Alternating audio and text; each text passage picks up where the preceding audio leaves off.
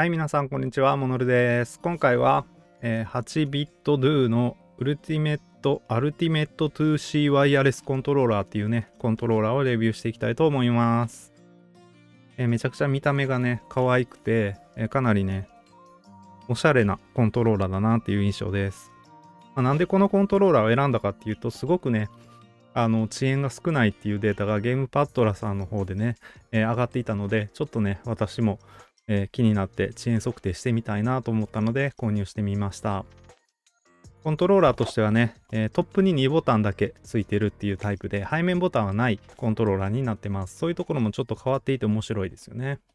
はい、そしたらサクッとね、モノルの方で、スペックの方を見ていきましょう。8-bit Do Ultimate 2C ワイヤレスコントローラーということで、4色展開されてますね。もうね、どの色選んでもいいかなっていうぐらいおしゃれです。背面がね、ちょっと色違いになってるのがこの2種類ですかね。ピーチとミント。で、このね、紫色と、このグリーンの色ね。この2つは背面は色が変わってないので、まあ個人的におすすめなのはミントかピーチかなっていう感じですね。で、対応機種は PC、Android、あとラズベリーパイですね。の3機種になっていて、有線接続、Bluetooth 接続、無線ドングル接続にも対応しています。ホールエフェクトスティックを搭載しているので、経年劣化によるドリフトを抑えることができて、長く使っていけるコントローラーになっています。スティックの重さは 75g フォースっていうことで、純根ね、デュアルセンスとかデュアルショック4と同じ重さになっているので違和感少ないかなと思います。ショルダーに2ボタン追加されていて、遅延はこんな値ですね。ちょっとこれはね、後で詳しく見ていきたいと思います。無線のポーリングレート、有線のポーリングレートともに 1000Hz です。スティックの感度はリニアになってますね。これはね、結構ね、私もびっくりしたんですけど、ホールエフェクトスティックなのにスティックのレスポンスカーブはリニアです。ただちょっと1点だけね、気になるところはあったので、これもね、後で詳しく見ていきたいと思います。本体重量 200g ということですごく軽いです。長時間遊んでも疲れにくいコントローラーになってます。それでいてちゃんと振動機能も入っているのでね、まあしっかりね、楽しめる。それでいて軽いっていうね、いいコントローラーだなと思います。はい、価格は現在4690円です。内容に対して、まあまあお手頃な価格になっているかなと思います。そしたらちょっと開けていきたいと思います。はい、ここがテープで閉まってるので、この矢印のところをめくっていけば普通に開きそうですね。はい。カッターはいらないかな。あ、カッターいるな、これ。なんでこういう風にしちゃったんやろ。ここがね、こう、パカって開くタイプなんで、ここをカッターで切らないことには向かないですね。よいしょ。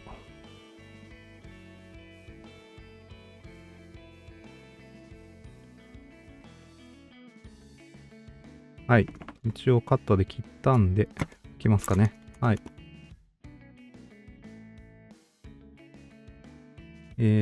怖いな。これがね、こうね。はいはい。開きました。いいよ。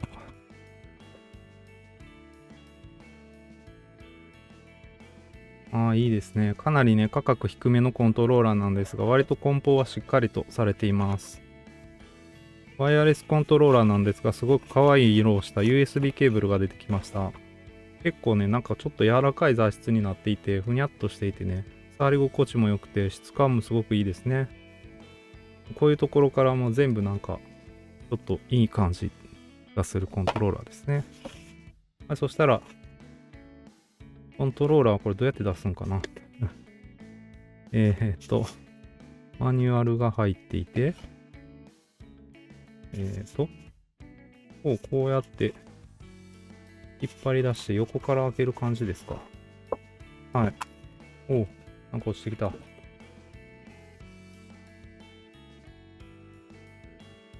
はい。USB ドングルはね、袋に入って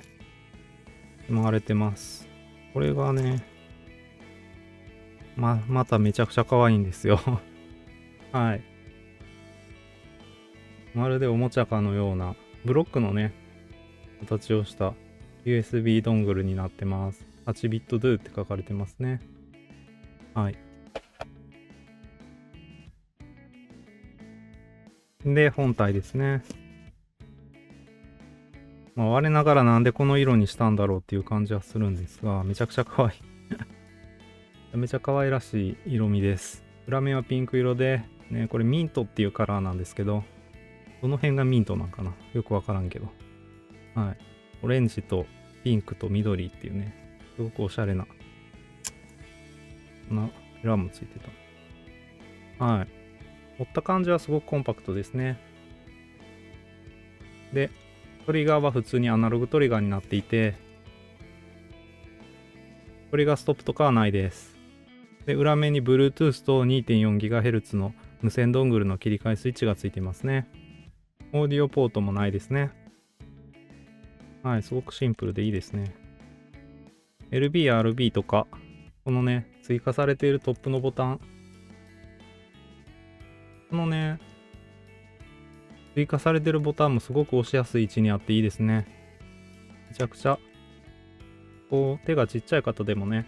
私も結構手ちっちゃい方なんですけど、全然押しやすくていいですね。はい。あとはメンブレンですかね、全部。すごく見た目にこだわる方にはおすすめのコントローラーかなっていうのは、まず第一印象ですね。はい、1点忘れてたんですが、日本語って書かれてるけど、これハングルやな。どういうことや。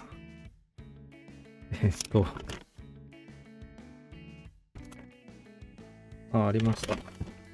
はい、ちょっとすごい面白いんで、これ見てほしいんですけど。日本語の取扱説明書にコントローラーの名称はね、オリオン座第2世代青春版ワイヤレスコントローラーって書いてます。どういうことやねんって感じなんですけど。なんでこんな名前にしちゃったんでしょうか。非常に面白い名前がついたコントローラーになってます。ちゃんと日本語のマニュアルもついているので、結構ね、このコントローラーは、そうですね、このコントローラーも基本的には設定ソフトとかがあるわけじゃなくて、コントローラー単体でね、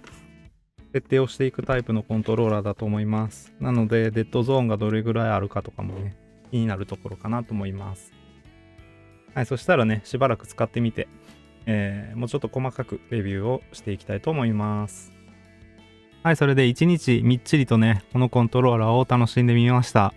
なんといってもこのデザインっていうのはやっぱり素晴らしいなって思いましたね。ここね、ちょっと映像では私のね、しょぼいカメラではなかなかちょっと分かりづらいかなと思うんですけど、表面がちょっとしたザラザラというか、なんかね、加工されていてね、これもなんかおしゃれなんですよね、すごく。レトロ感がちょっとあるような表面になってます。なんといってもこの配色ですよね。もうね、これインテリアでいいかなっていうぐらいですね。特にね、ホワイト系のインテリアともよく似合いそうな色味をしている、パステル系のね、カラーになってますね。はい。ね、それだけでもうね、ちょっとテンションが上がるなっていう感じがするんですけど、特にやっぱりね、これだけおしゃれなコントローラーってことなんで、女性の方におすすめかなって思いますね。これどう？かわいい。比較的コンパクトで、重さも軽くて、ね、繊細な操作が得意なね、女性の方に特におすすめしたいコントローラーかなと思います。スティックもね、操作感といいね、この形状といい素晴らしいですね。全く違和感なく操作することができました。ちょっとね、遊びは少なめで、遊びの部分もちょっと抵抗感があるような反発力がね、バネの反発力を感じるようなスティックなので、ややね、純コンとは操作感はちょっと違うっていうところはあったんですが、だいぶ近いね、方のスティックかなって思うので、割とホールエフェクトスティックって違和感あるから嫌だなっていう方でも大丈夫なコントローラーになっていると思います。スティックの直径は 17mm っていうことで、Xbox の純正コントローラーと同じスティックのサイズになっているので、Xbox 用フリークが付けられます。ちょっとね、後々説明するんですが、感度が高すぎるって感じる方は、フリークをつけてちょっと高さを増してあげると、感度がね、低くなったような感じがするはずなので、そういうね、カスタマイズをしてあげるのもいいかなって思います。はい、それでね、しっかりとゲームでね、遊んで使っていきたいっていう場合にね、気になるのがデッドゾーンがどんだけあるかっていうところなんですが、デフォルトではね、このようにデッドゾーンが入ってます。ちょっとぐらい動かしただけじゃ反応しないね、スティックになっちゃってます。FPS ゲームとかをやりたい方にはちょっとねこれじゃ困るかと思うんですが、実はねこれ取扱説明書にも公式のウェブサイトにも載ってないんですが、デッドゾーンを切る方法があります。それはこのマイナスボタンとプラスボタンを同時に長押しするっていうね、それだけです。デッドゾーンが切れると2回振動します。はい、振動しました。はい、そしたら見ての通りですね。デッドゾーンが切れるのですごく細かいエイム操作とかもできます。デッドゾーンが切れるっていうことはね、再キャリブレーションももちろんできて、そのやり方はですね、LB、RB とマイナスプラスボタンを長押しします。しばらく長押ししていると、はい。のね、真ん中の LED が点滅するので、そしたらね、スティックをぐるぐるぐると回します。LT、RT はね、ちょっと、ちゃんと再キャリブレーションされてるのかちょっとわかんないんですけど、一応ね、押しておいて、で、もう一回 LB、RB とマイナスプラスを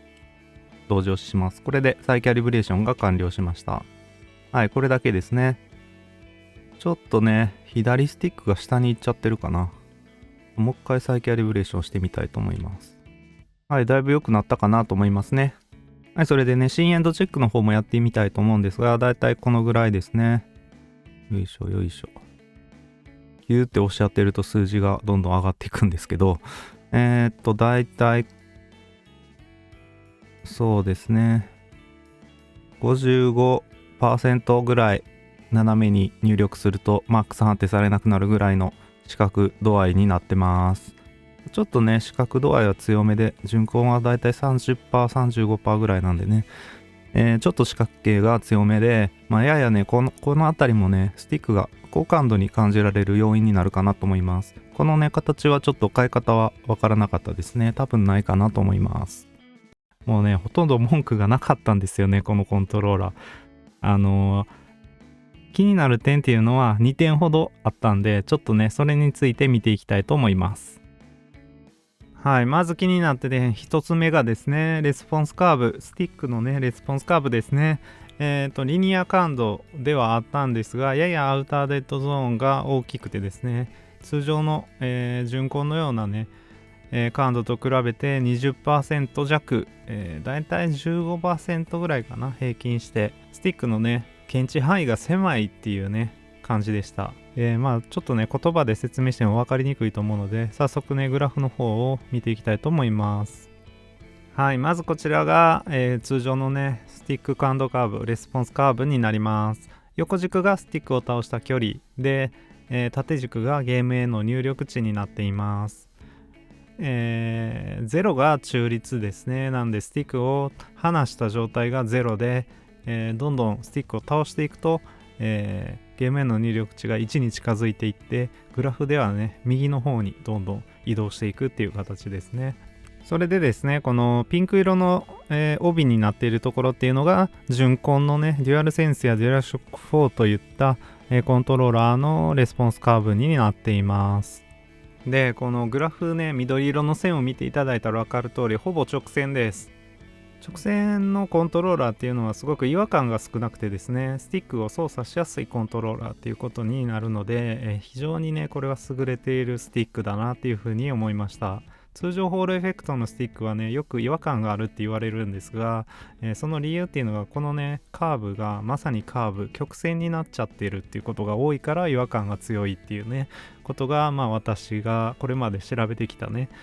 結果になっているんですけど、このコントローラーは違和感の少ないスティックが採用されています。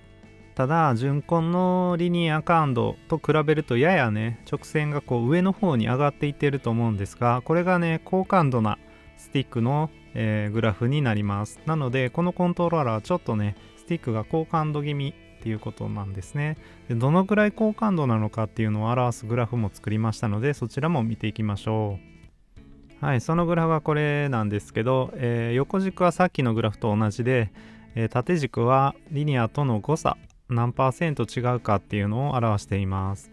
すごくね、分かりやすく、だいたい 15% から 17% ぐらい、すべての、距離でね、感度が高いです。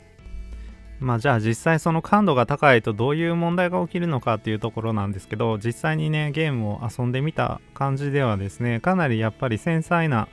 操作を要求されるコントローラーだなっていうところですね。ちょっとね動かしすぎて、例えば FPS ゲームだとエイムが合わなかったり、レースゲームとかだとハンドルを切りすぎたり、そういったねことが起きます。ただね、十分慣れていける範囲かなって思ったし、実際ね APEX のランクを回した感じではね全然問題なかったですね。ただ人によってはねこれが気になっちゃうよっていう方もいらっしゃるかもしれないです。はい、射撃訓練場に来ました。まずねドリフトを見ていきたいんですけど、遊びの感じがこのぐらいでね、普通の遊びですかね。でこうピタッと止めることができますね。下に弾いて上に弾いて、このね初期状態でのドリフトっていうのは、このコントローラーは再キャリブレーションがねできるので、ドリフトしているようであれば再キャリブレーションをやり直せばいいかなって感じですね。しっかりねセンタリングできてる方かな。ちょっと上に癖ついてますけど、これはね直せるのでいいでしょう。そしたらねちょっと打っていきたいと思います。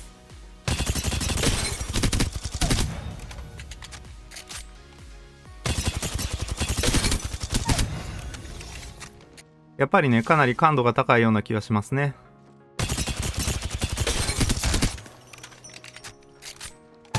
このぐらいの距離ならいいんですけど、ちょっと遠めの距離を打つと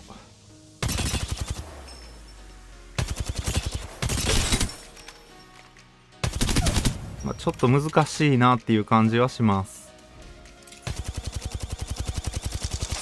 そうですね、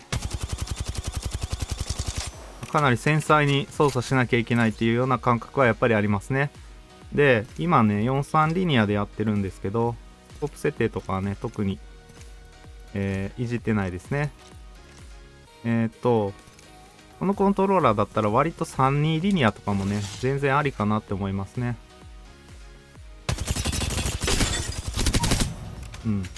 どうしても繊細すぎて難しいよっていう方なら32リニアとかも試してみるといいと思います。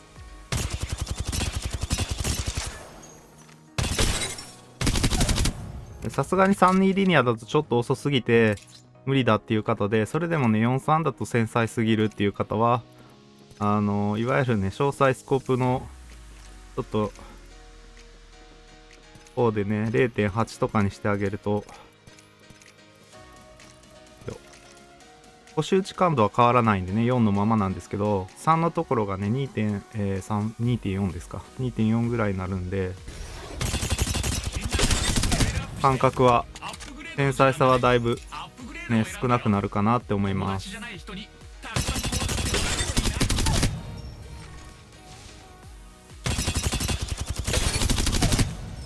これならね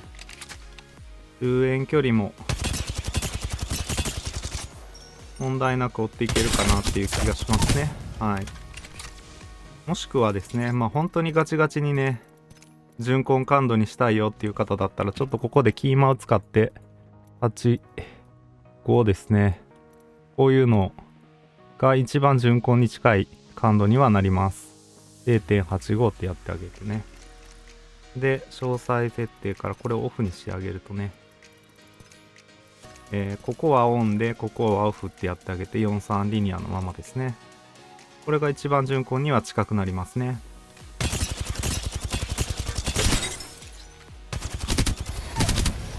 はい。それであとちょっとね気づくのが、ややねこのトリガーストップっていうかトリガーストップがないコントローラーなのでアナログトリガーなんですが、ここの遊びがちょっとね大きいかなっていう感じはします。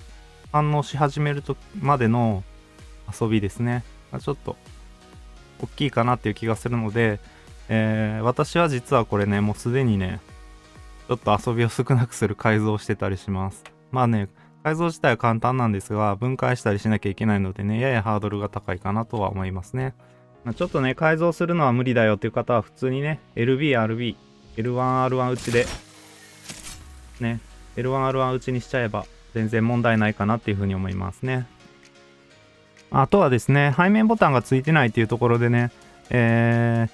ジャンプとかしゃがみをどこでやるかっていう問題になるんですけど、スティック押し込みとかでもいいし、私はこのね L4R4 っていう追加されてるボタンの方にしゃがみとジャンプを割り当ててます。最初はちょっと慣れなかったですかね。しばらく使ってたら全然慣れて、これでもいいかなっていう気はしました。どっちかっていうとこのスティック押し込みにしゃがみとジャンプを割り当てるっていう方が戦闘向きでは多分あると思います。はい。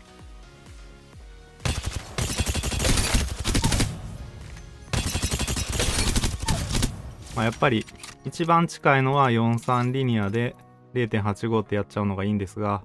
全然私はねこの詳細スコープ入れなくてもね43リニアのままで普通に使っていってもいいかなって思ってます。かなり操作は繊細になってしまうんですけど、逆にね近距離すごくバンバン当てていけるようになるんで、近距離戦特化でねちょっと高感度気味に設定されたコントローラーとして扱うのは全然ありかなって思いますね。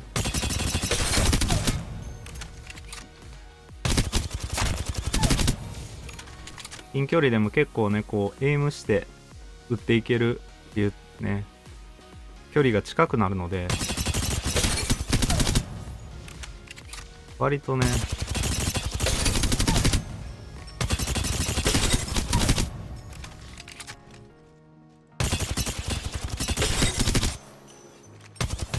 それはそれで強いなっていうのを実際やってて感じました。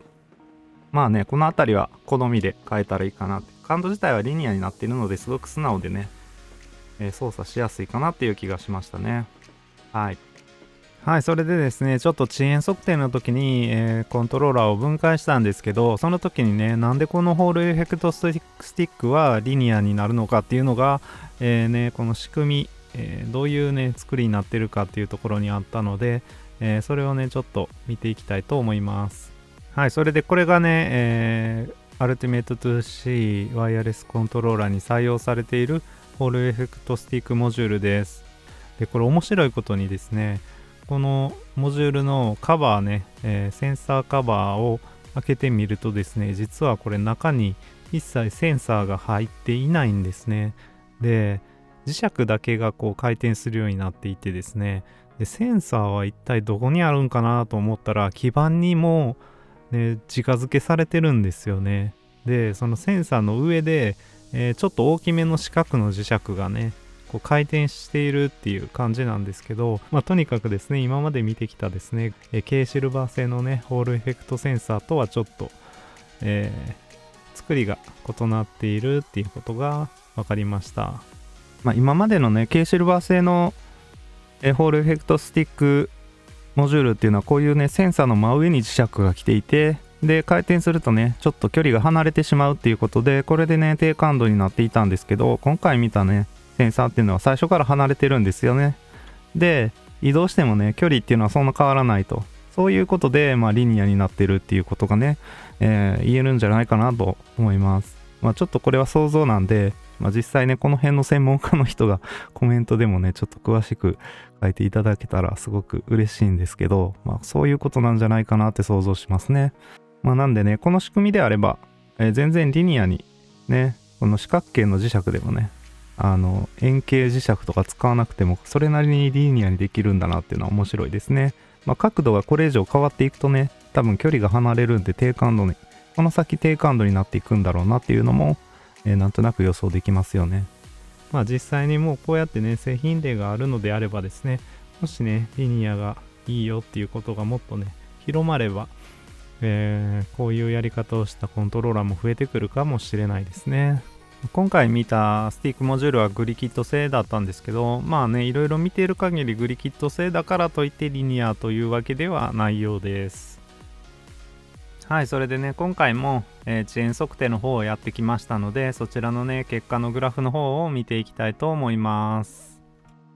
はい、それでね遅延を測定した結果をねゲームパッドラーの方にいつも送っているので、ゲームパッドラーの方で見ていきたいと思います。私がね計測したデータっていうのはこのようになってます。まず緑色の線っていうのが有線の、遅延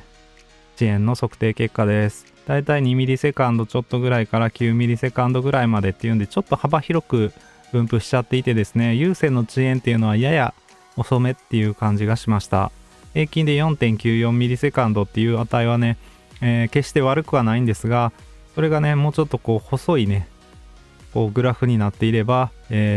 そこまで気になることっていうのはあんまないんですが、これだけね広いとちょっとねばらつきが大きいかなっていう気がします。ただね無線の方に至ってはね、はい、5.77 ミリセカンドっていうことでね、平均値もすごく優秀です。でこの紫色のグラフが無線ドングル接続の遅延の結果なんですが、比較的幅も狭くてね、これならね無線が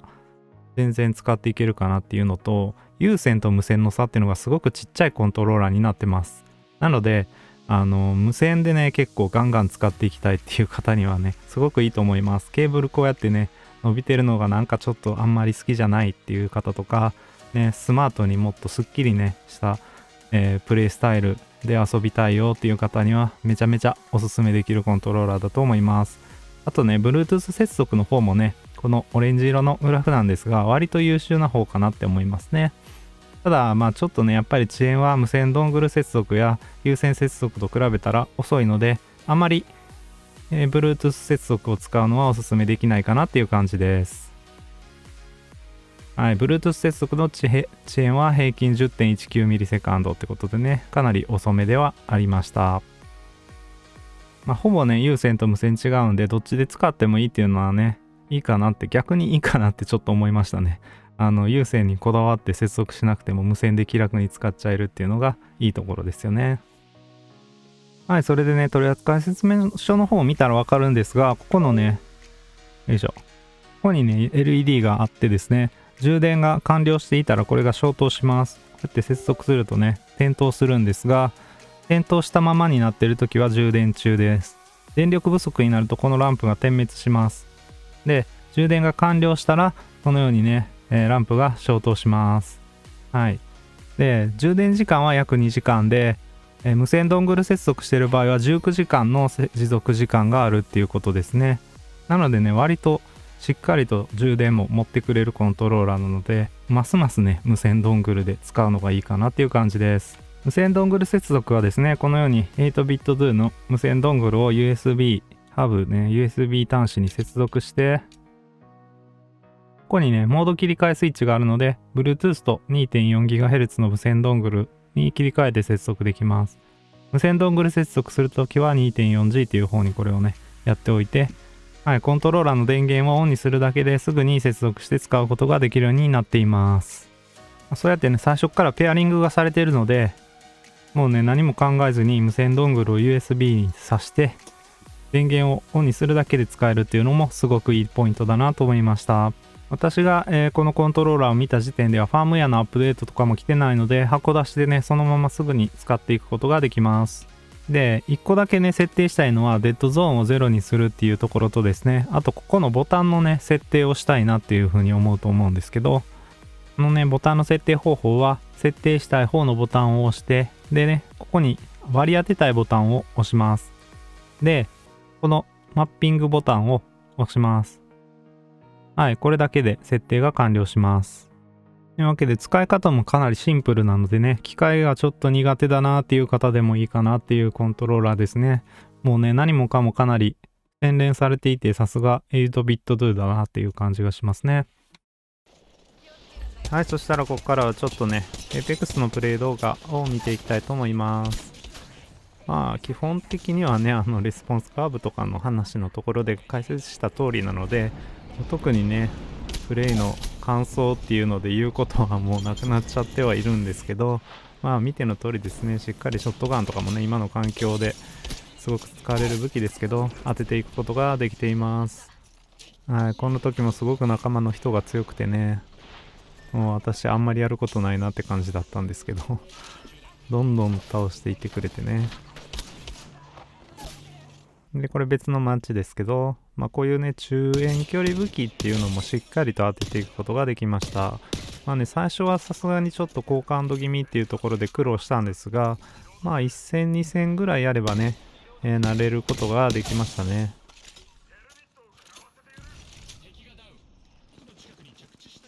はい、なぜかぼったちしてたので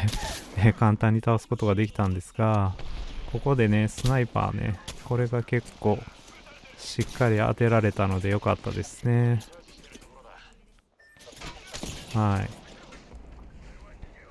こことかもそうですし、この後ね、ライフラのウルトでね、蘇生されちゃうんですが、そこに対してもね、ショットガンでパッといって、で、遠くからずっと撃ってるランパートのことをね、スナイパーで倒すっていう感じですね。まあ、エイムアシストもついてないこういうね、10倍のスコープでも当てていけるっていうところでね、かなり文句なく当てていけるコントローラーかなって思います。まあこれはさすがにまぐれあたりですね。はい。はい、で、ここからはコールオブデューティーブラックオプス6です。このゲームとの相性はいいですね、このコントローラーは。やっぱりね、感度がちょっと高めっていうことで、まあ、意外とね、繊細なエイムも必要なゲームではあるんですが、やっぱクイックなね、振り向きとかっていうのはやりやすいので、すごくね、相性のいいコントローラーだと思いましたね。まあ、このコントローラーであればね、結構やり込めば相当当てていけるかなっていうね、感じがしました。まだね、私、スキルの方がね、全然なので、全然ね、まだまだ当てられてないところが多いんですけど、まあ遠距離とかもね、しっかり当てていけましたし、遊びの感じっていうのはちょっとね、小さめで、そこはね、微調整っていうところでは若干難しさはあるんですけど、でもね、しっかり遊びがあるのでね、一応ね。だから、そこもね、慣れの問題かなっていう気がしますね。はい、この後ですね、移動する敵を撃っていくところとかはね、まあ、リニア感度の良さが出てるかなって思いますね。どのぐらい倒せば、敵にうまく OEM ができるかとかもね、しっかりと、感覚でね、操作することができます。遅延に関してはですね、やや優先で遅延が大きめっていうことだったんですが、まあ5ミリセカンド程度だったので、全く気になることはありませんでした。まあ、すごくね、繊細にその辺が分かる方とか、プロプレイヤーにもなるとね、この辺ちょっと違い分かってくるのかもしれないんですが、私はね、少なくともちょっと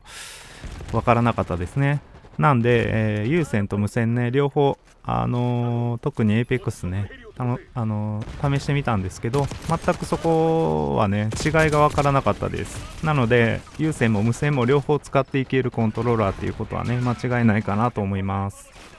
それでね、高感度っていうことなんですけど、割とね、遠くの敵もね、しっかり当てていくことができました。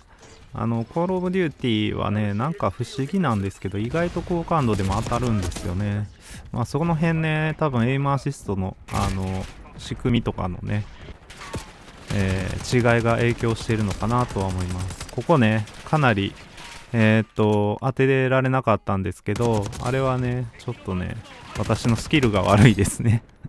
まあ他のところはね、ちゃんと遠距離当てていけてますね。それでマッチ自体はですね、序盤すごい大量リード、100ポイント近くリードしてたのにですね、なんとそっからまくられて負けてしまうっていうね、ちょっとね、ひどい試合だったんですが、キルデ数自体はね、1.8 ぐらいは出せてですね、しっかりと、戦闘には勝てたかなっていう感じですね。まあとにかくね、敵はやっぱ強かったと思いますね。なんかあんまりハードポイント意識せずに、最後だけね、ハードポイント取りに来られて、それで負けるっていうね、すごい試合でした。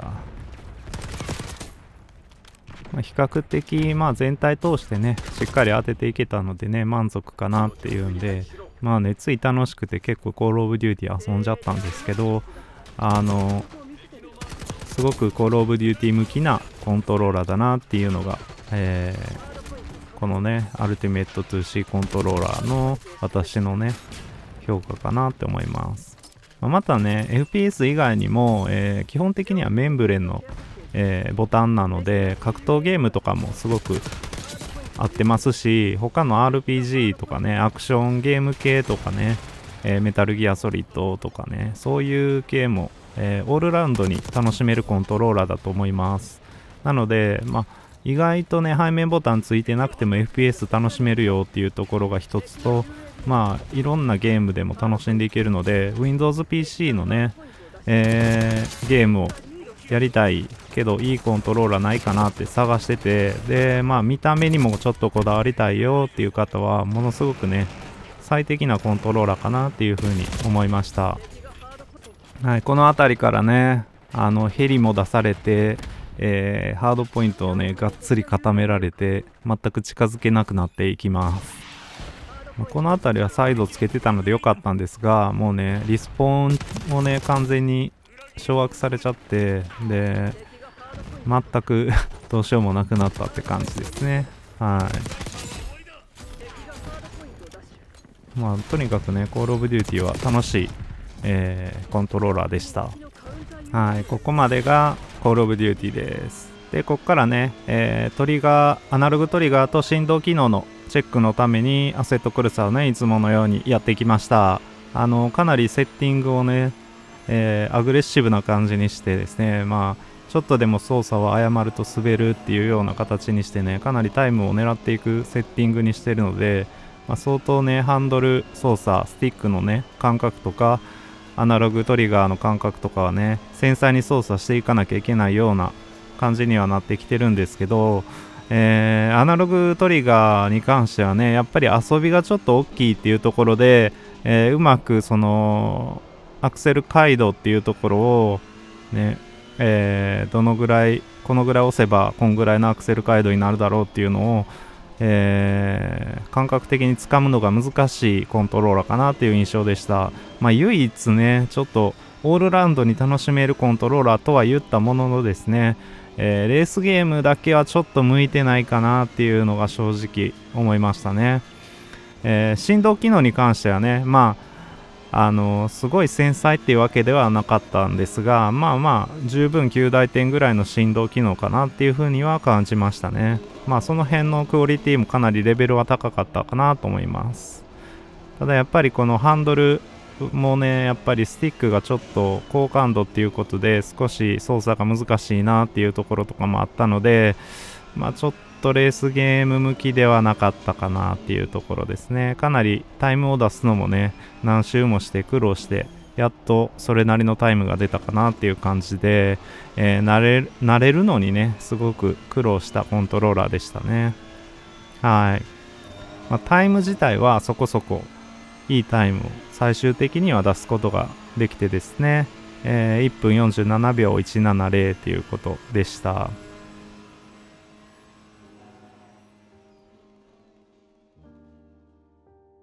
はい、ここまで 8BitDo Ultimate 2C ワイヤレスコントローラーを見てきましたがいかがだったでしょうか。スティックがねリニアっていうのはやっぱりいいなって思いました。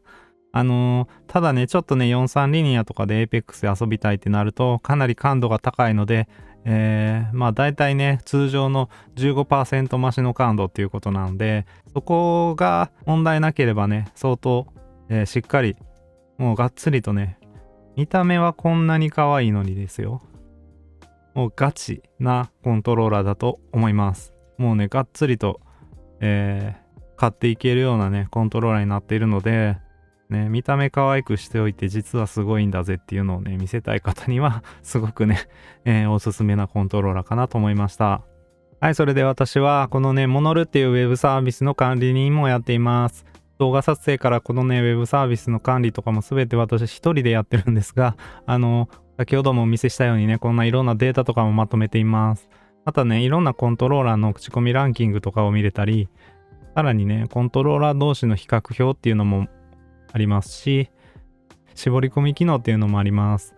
自分好みのコントローラーっていうのを選べるようになっているので、もしよかったらね使っていただけたら嬉しいです。またねこの 8BitDo Ultimate 2C コントローラーを買ってみたよっていう方はぜひね口コミを投稿していってくださったらものすごく助かります。ぜひぜひよろしくお願いいたします。